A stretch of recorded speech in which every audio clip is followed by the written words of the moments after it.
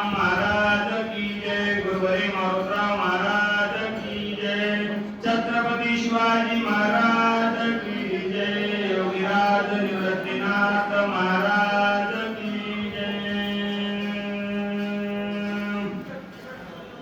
श्री गणेशाय नमः. सरस्वते नमः. श्री रामचंद्राय नमः. लक्ष्मणी साडूनी रोप पाताल सिलित झाला देख. तेजी खून निर्गुणाये सुकारणवी पुराला.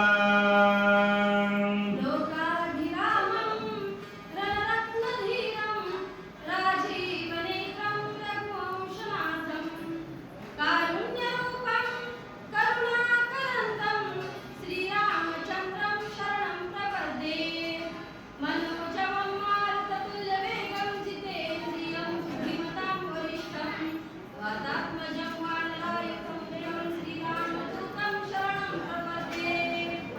नागेन्द्रहराय त्रिलोचनाय भस्माङ्गरागाय महेश्वराय नित्याय शुद्धाय दिगम्बराय तस्मै नकाराय नमः शिवाय. शरदिन्दुसमाकार परब्रह्मस्वरूपिणी वासरापीठनिलये सरस्वती नमोस्तुते. असो गौरीपुत्र गजानन, कौसल्यपुत्र रघुनंदन, अंजनीपुत्र मारुतीरायाने जमलेले सगळे श्रोते मंडळी, वाचक सूचक प्रवचनकार कीर्तनकार भागवताचार्य रामायणाचार्य या संपूर्ण मंडळींच्या चरणी नतमस्तक होऊन कथेला प्रारंभ. या ठिकाणी राजा रामचंद्र प्रभू आपल्या भावाच्या वियोगानं, कारण लक्ष्मणजी आता आपल्या अयोध्या नगरी सोडून त्यांनी आपल्या स्वस्थानाला प्रयाण केलेलं आहे. आणि प्रयाण केल्याच्या नंतर राजा रामचंद्र प्रभूला अत्यंत दुःख झालेलं आहे. शोकामध्ये रामचंद्र प्रभू बुडालेले आहेत. काय बोलत आहेत? श्रीराम म्हणे लक्ष्मणा मला सांडून गेलासी गुणनिधान. काय अपराध देखून म्हणा माझा निष्ठुर झालासी. रामचंद्र प्रभू अति शोक करत होते. कारण बोलत होते, हे लक्ष्मणा, माझा काय अपराध होता जेणेकरून तू मला सोडून गेलास? या दुःखामध्ये, या अयोध्या नगरीमध्ये तू मला एकट्याला सोडलंस. माझ्याकडून काय चूक झाली होती? मला सांग. अशा प्रकारची विनंती रामचंद्र प्रभू लक्ष्मण प्रभू गेल्याच्या नंतर करत होते. लक्ष्मणा काय मी चुकलो, कोणी अपराध आचरलो किंवा निष्ठुर बोलिलो म्हणून रुसलासी सुमित्रा. आणि माझा अपराध तरी सांग, काय झाला होता? माझ्याकडून काय चूक झाली होती जेणेकरून तुला माझा राग आला? एवढा माझ्यासाठी तू निष्ठुर का झालास लक्ष्मणा? अरे मला बोल, माझ्याशी काहीतरी संवाद कर. अशा प्रकारची विनंती रामचंद्र प्रभू करत होते. मग बरोबरी वर्णन करीन तसं मला सभाभारी. द्वादश वर्षे निरहारी अन्नक मुदक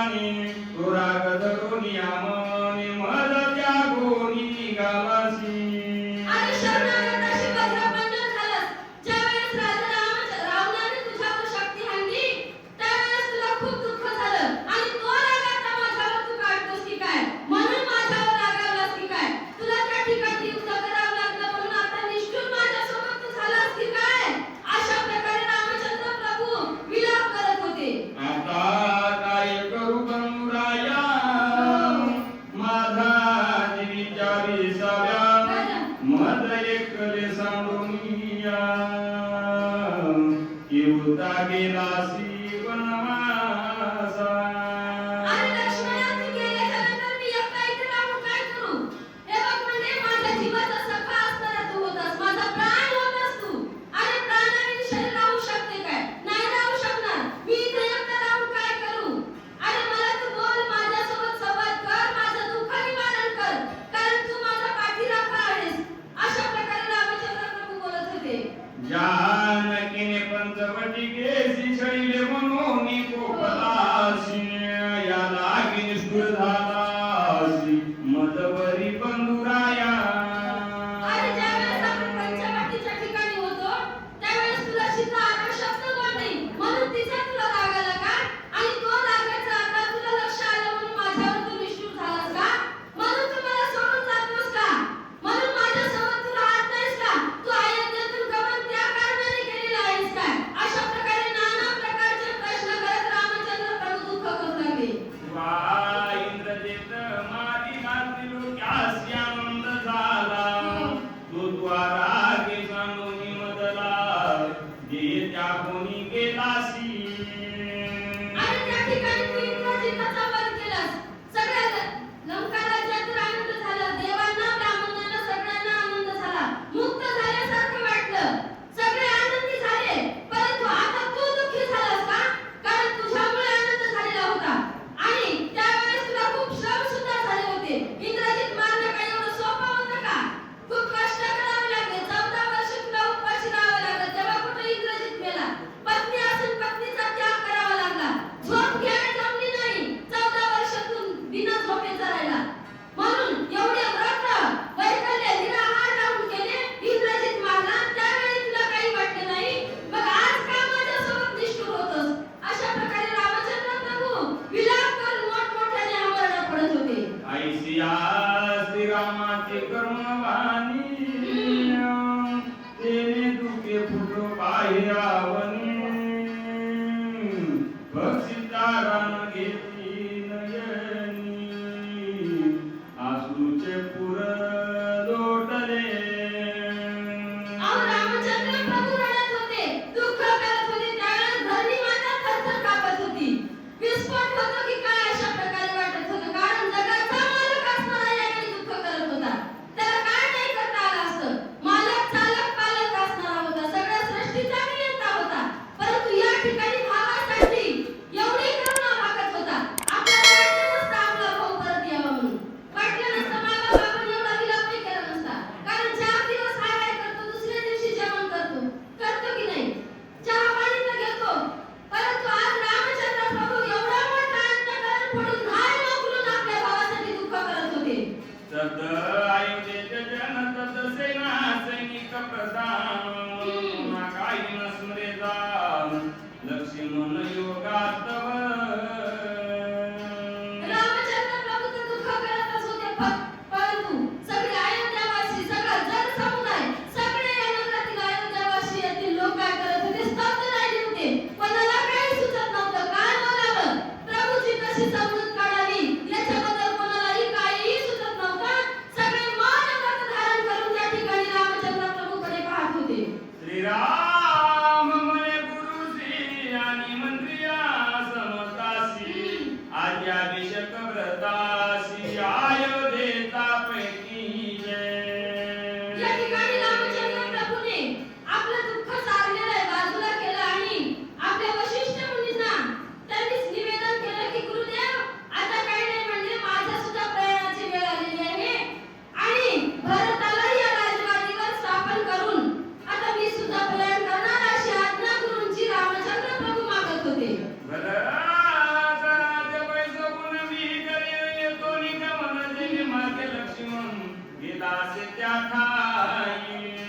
आता मी सुद्धा इथं राहणार नाही. भरताला राजगादीवर बसविला आहे, त्यांचा राजा भरताला घोषित करणार आणि ज्या मार्गाने माझा भाऊ गेला, ज्या मार्गाने माझा लक्ष्मण गेला, त्याच मार्गाने मी सुद्धा जाणार.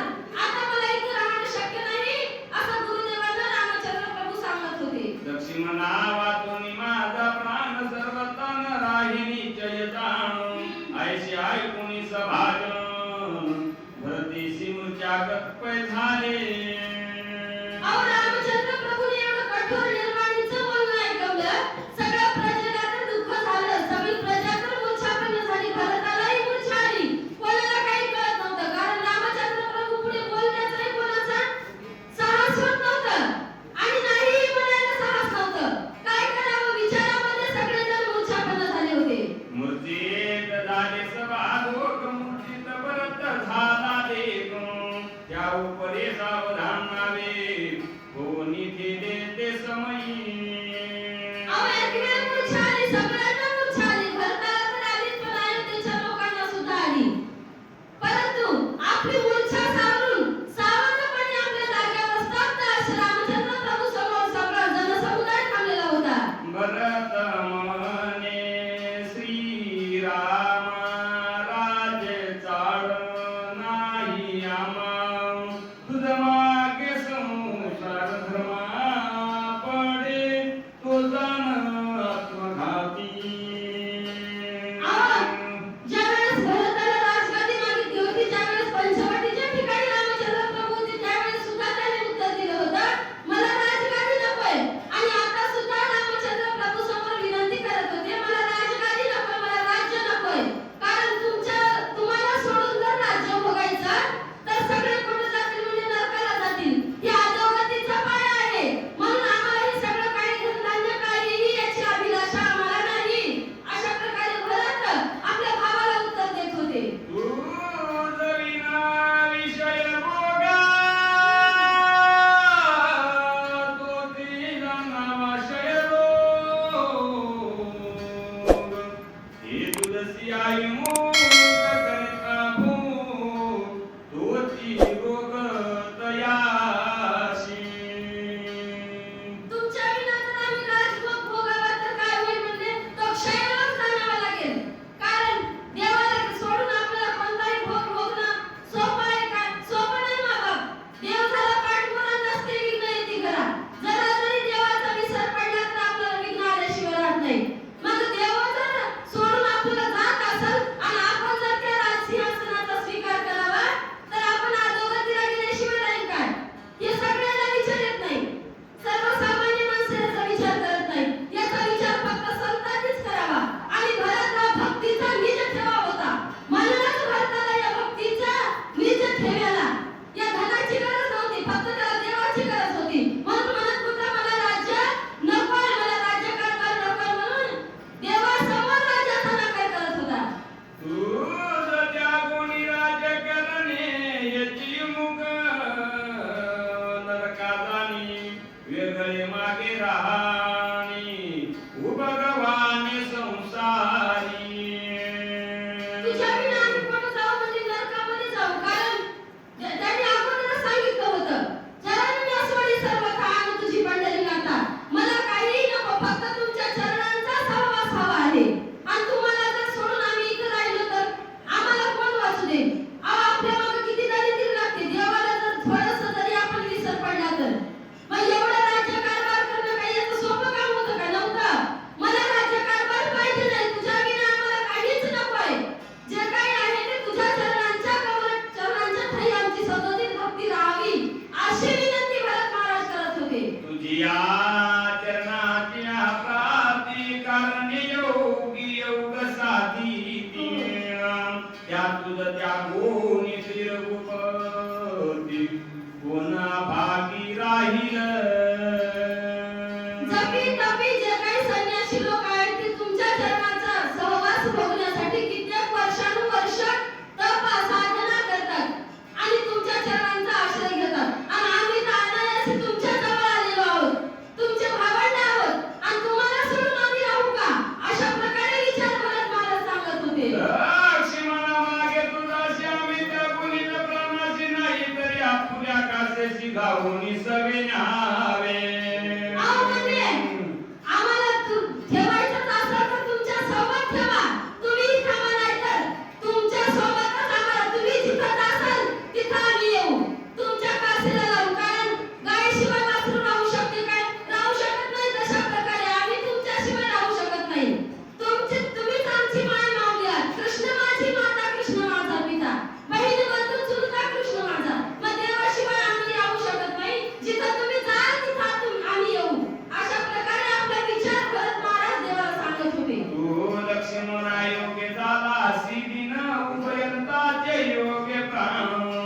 न राहती रामा सत्तेचा न सुडी दान तुझ लागी जसं तुमचं मन लक्ष्मण भैयासाठी आतुर झालेलं आहे, ज्या ठिकाणी ते गेले त्या ठिकाणी तुम्हाला जावंसं वाटत आहे, तसंच आम्हाला सुद्धा तुम्हाला सोडून राहावंसं वाटत नाही. आमचे सुद्धा तुम्हाला सोडून प्राण कासावीस होत आहे. आम्हाला तुम्ही जाण्याची गोष्ट सुद्धा ऐकत नाही. मग तुम्हाला सोडून राहणं कसं होईल? अशा प्रकारे भरत भैया आपल्या भावाला बोलत होते. इकडे तू करीसी गमन